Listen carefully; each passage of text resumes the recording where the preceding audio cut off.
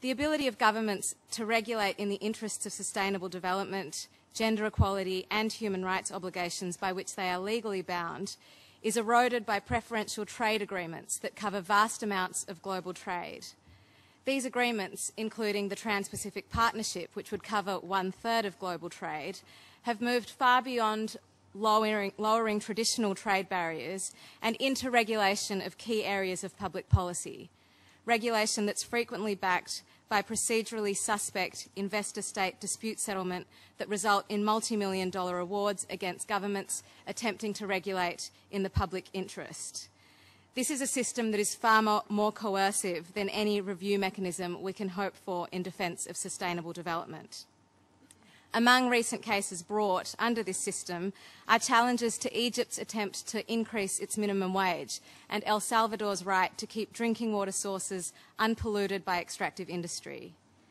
Is this the meaningful trade liberalisation that supports sustainable development referred to in the FFD Zero draft? Will trade provide financing for development when Ecuador is asked to pay more than $2 billion, which is half of its public health budget, to a mining company? Is trade liberalisation meaningful when social inequalities like the gender pay gap are treated as a source of competitive advantage within global value chains? When multinational companies displace and receive more favourable tax treatment than women engaged in small-scale cross-border trade? Or when it entrenches commodity-based export patterns that destroy the environment, displace communities and undermine sustainable industrial policy? The FFD Zero draft rightly calls for the proper review of investor-state dispute settlement clauses and the need to ensure that trade agreements are negotiated transparently and do not undermine sustainable development.